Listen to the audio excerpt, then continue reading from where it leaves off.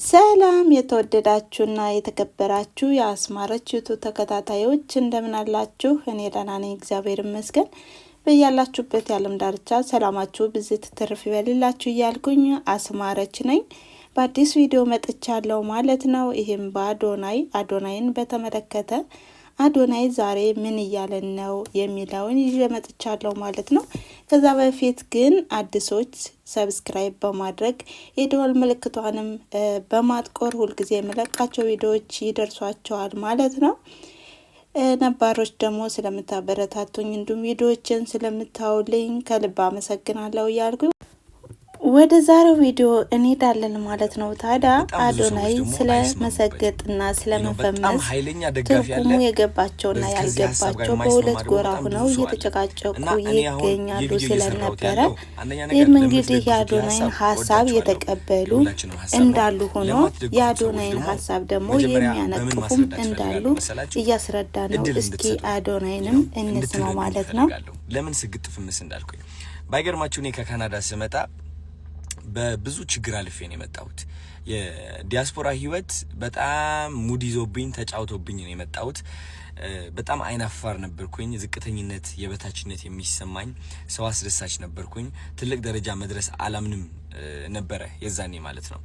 ወደ ኢትዮጵያ ስመጣ እንግዲህ ከህቴ ጋር ነው ያረፍኩት which is ምንጣፏ ላይ ማለት ነው። እሷ አልጋዬ ልስጥህ እባክህ እያለችኝ ግን ምንጣፏ ላይ ነው ያረፍኩት። ለ7 አመት ሙሉ ካናዳ ኖሬ እንግዲህ አስቡት ተመልሼ ኢትዮጵያ ላይ የህቴ ምንጣፍ ላይ ስተኛ ይህ ምን ያህል ዳሜጅ እንዳደረሰብኝ ውስጤ ልገልጽላችሁ አልችልም። እና ቁጭ እያሰብኩትና እኔ ለምንድን ነው የምሰቃየውልኝ? ለምንድን ነው ህይወቴ ወደምፈልገው አቅጣጫ የማይሄድልኝ? ለምንድን ነው የምፈራው? ለምንድን ነው የማፍረው? ለምንድን ነው የምደበቀው? ለምንድን ነው ወደ ምፈልግበት ደረጃ በቃ ቀጥ ብዬ የማልሄደው የሚል ጥያቄ አይምሮዬ ላይ ሁሌም ጉብ ማለት ጀመረ። ቢካዝ ሁሌም እንዲሳካልኝ እሞክራለሁ፣ እነሳለሁ፣ ግን እወድቃለሁ፣ እፈራለሁ፣ እሸሻለሁ፣ እደበቃለሁ። ገባችሁ አይደል? እና እነዚህ ሁሉ ጥያቄዎች ራሴን ስጠይቅ ያገኘሁት መልስ ምንድነው? አንደኛ ውስጤ ላይ የተቀበረ የበታችነት ስሜት እንዳለ ነው። ውስጤ ላይ የተቀበረ እሺ ባይነት አለ። በቃ ሁሌም መስማማት በምፈልገው በማልፈልገው ነገር ሰውን ለማስደሰት ፍቅር ፍለጋ ራሴን ፍቅር መስጠት አልችልም ነበር። ገባችሁ? ከዛ ደግሞ ምንድነው ፈሪ ነበርኩኝ። የምፈራው ደግሞ ማለት ነው ማንን ነው? የሰው አይን ነው which is እኔ ለራሴ ስቆም ሰው ካየኝ ቢነቅፉኝስ፣ ቢተርቡኝስ፣ አትችልም ቢሉኝስ፣ ያ ውስጤ ላይ የተቀበረው በራስ አለመተማመን ቢያዩብኝስ የሚል ፍርሃትም ነበረ። ከነዚህ ሁሉ ፍርሃቶች ለማለፍ እድሜ ልኬ ሞክሬያለሁ። ካናዳ ያለው ሞክሬያለሁ። እኔ ቢያልሄድኩበት መንገድ የለም። በጣም ብዙ ነገር ሞክሬያለሁ። ግን በመጨረሻ አይ ቲንክ እግዚአብሔር ልቤ ውስጥ ያስቀመጠልኝ ቃል ብትኖር ሰግጥ የሚለው ቃል ነው። እኔ ማርያምን ነው የምላችሁ። ማርያምን ሰገጤ የሚለው ቃል አላቀውም ነበረ። በማርያም ስም እየማልኩኝ ነው ያለሁት። አላቀውም፣ አንብቤው አላቅም፣ ከየት አባቱ እንደመጣ አላቅም። ይሄ ቃል ትርጉሙን ስለማላቀው ነው ደፍሬ የተናገርኩት ብዬ አስባለሁ። ግን ሰገጤ የሚለው ቃል ልቤ ላይ አረፈ። ከዛ ሰግጥ ብዬ ቪዲዮ ለቀቅኩኝ። ይህ ቃል ምን ያህል ኃይል እንዳለው አላወቅኩኝም። ምን ያህል ሰዎች እንደሚቀሰቅስና እንደሚያነቃቃ አላወቅኩኝም። ግን እቺ ቃል ምን አረገችኝ መሰላችሁ? የውስጤ ፍርሃት ሸፈነችው፣ አሸነፈችው። የውስጤ በራስ አለመተማመን አሸነፈችው። እቺ ቃል ምንድነች? ከየት ነው የመጣችው? ማን ነው የሰጠኝ? ለካ ሰገጤ ማለት አይ ቲንክ ፋራ ነው መሰለኝ። ገባችሁ? የዛኔ ነው ሆኜ እያሰብኩት ያለው ሰገጤ ማለት ፋራ ማለት ነው። ከዛ ይህ ቃል በመጠቀሜ ምክንያት በጣም ብዙ ሰዎች አዲስ የሆነ ብሬክ ትሩ ይባላል አዲስ የሆነ አስተሳሰብ መገንባት እየጀመሩ እንደሆነ ተመለከትኩኝ። which is አይናፋር የነበረው ደፋር መሆን ጀመረ። ፈሪ የነበረው አለመፍራት ጀመረ። ባይ ዘ ወይ አለመፍራት ስላችሁ ለዓላማ መቆም ነው። አንዳንድ ሰዎች ለዓላማቸው መቆም አይችሉም። የሚፈሩት ተረባን ነው። ባይ ዘ ወይ ኦኬ፣ የሚፈሩት ተረባን ነው። ኦኬ፣ እሱ ነገር እቺ ቃል ይህ ሁሉ ነገር እየቀየረ እንደሆነ ታዘቡ። ከዛ እነዚህ ሁሉ ሰዎች ሲቀየሩ ሳይ እኔም ለራሱ ማስተንተን ጀመርኩኝ። ይህ ሰግጥ የሚለው ነገር ምንድነው? ምን ያህል ኃይል ቢኖረው ነው የሰው አይምሮ እንደዚህ እየቀየረ ያለው? ለካስ እንደ አንድ ኢትዮጵያ በጣም የሚያጠቃን ነገር ምንድነው? ዩሊንታ ነው። ዩሊንታ በጣም ያጠቃናል። ጎረቤቴ ምን ይለኛል የሚለው አስተሳሰብ በጣም ያጠቃናል። እድሜ ልካችን ሰነፍ እንደሆን ከተነገርን ወይም ደግሞ አይናፋር እኮ ነው ልጄ እንትን እኮ ነው እየተባልን አድገን እዚህ ደረጃ ደርሰን ያ ማንነት ተቀርጾ ያድጋል። አይናፋር ነኝ እኔ በራሴ አልተማመንም ያን ያህል ቆንጆ አይደለሁም የሚለው ማንነት ተቀርጾ ያድግና እዚህ እድሜ ላይ ስንደርስ ተደምድሞ እውነታችን ሆኖ እናገኘዋለን። አንፈልገውም እኮ ገባችሁ? ከዚህ ማንነት የምንወጣበት መንገድ ምንድነው? መሰገጥ ነው። በመሰገጥ ነው፣ በመስራት ነው። መሰገጥ ስላችሁ እያወቀው እያለ እድሜ ልክህ እኮ ፈሪ እንደሆንክ ታውቀዋለህ። እድሜ ልክህ አይናፋር እንደሆንክ ታውቀዋለህ። እድሜ ልክህ ቆንጆ አይደለሁኝም ብለህ አስበህ የኖርክ ሰው እንደሆንክ ታውቀዋለህ እኮ።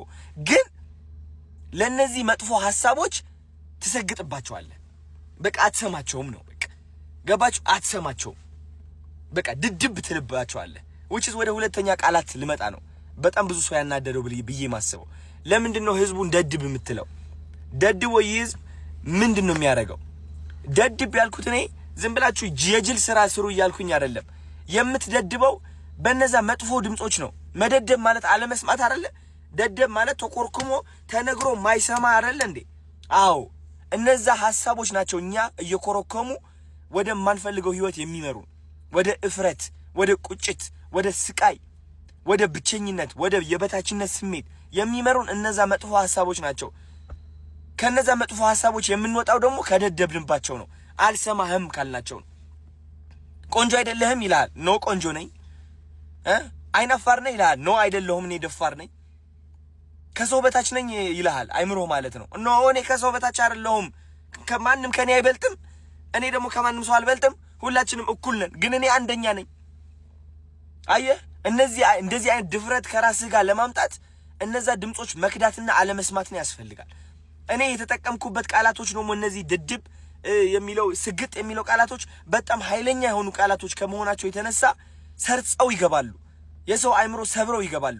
እነዛ መጥፎ ሐሳቦችን በኃይለኛው ነው የሚሰብሩት። ለምን ይመስላችኋል ቲክቶከር የበዛው በዚህ ጊዜ? it's because እነዛ መጥፎ ሐሳቦች እስካሁን እያሰሩት ነበረ። አሁን ግን ከነዛ ሐሳቦች መውጣት ችሏል። አብዛኛው ሰው በራሱ መተማመን ችሏል። ለመጀመሪያ ጊዜ ራሱን ማፍቀር ችሏል። እና እንደዚህ አይነት ነገር ነው መፍጠር የቻልኩት እኔ። ስለዚህ ከዚህ ሐሳብ ጋር የማትስማሙበት መንገድ እኔ ሊታየኝ አልቻለም። እንደ በጣም ብዙ ተከታታዮች አላችሁኝ አሁን ይህ ቪዲዮ የምትመለከቱ ሳትናደዱ የሆነ እኛንን ትክክል ብላችሁ ለመፎከር ሳትሞክሩ ቁጭ ብላችሁ እንደዚህ ሐሳባችሁ ብታጋሩ እነዚህ በሰግጥና በድድብ ማለት በድድብ ለበረከቴ ስግጥ ለበረከቴ የሚለው ነገር የማይስማሙ ሰዎች ለማሳመን ብንሞክርስ ሁላችንም ሆነ እንዴት እያገዘንና ህይወታችን እንዴት እየቀየረ እንደሆነ ለማሳየት ብንሞክርስ? እስኪ ቪዲዮ ልቀቁ ጋይስ። በእኔ ሐሳብ የምትስማሙ ከሆነ ቪዲዮ ልቀቁና አወንታዊ በሆነ መንገድ ለማስረዳት እንሞክር። እንዴት እነዚህ ቃላቶች ፍቅር እየገነቡ እንደሆነ ኮንፊደንስ እየገነቡ እንደሆነ እስኪ እናስረዳ። ወይስ እኔ ብቻዬን ነኝ ተሳስቻለሁ እንዴ? ገባችሁ? አብረን እስኪ እናስተምርና እናሳይ። ስፔሻሊ የተማራችሁ ሰዎች፣ ዶክተር የሆናችሁ ሳይንቲስቶች፣ ትልቅ ደረጃ ያላችሁ ማለት ነው።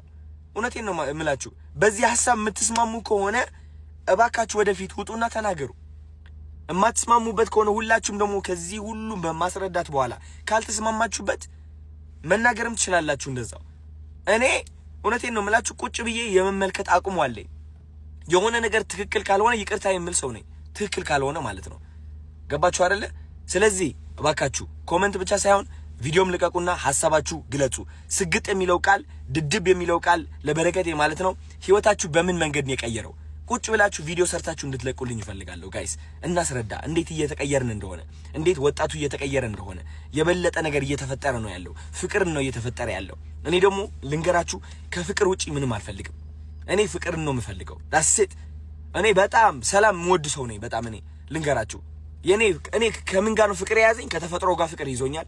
ከእግዚአብሔር ጋር ፍቅር ይዞኛል።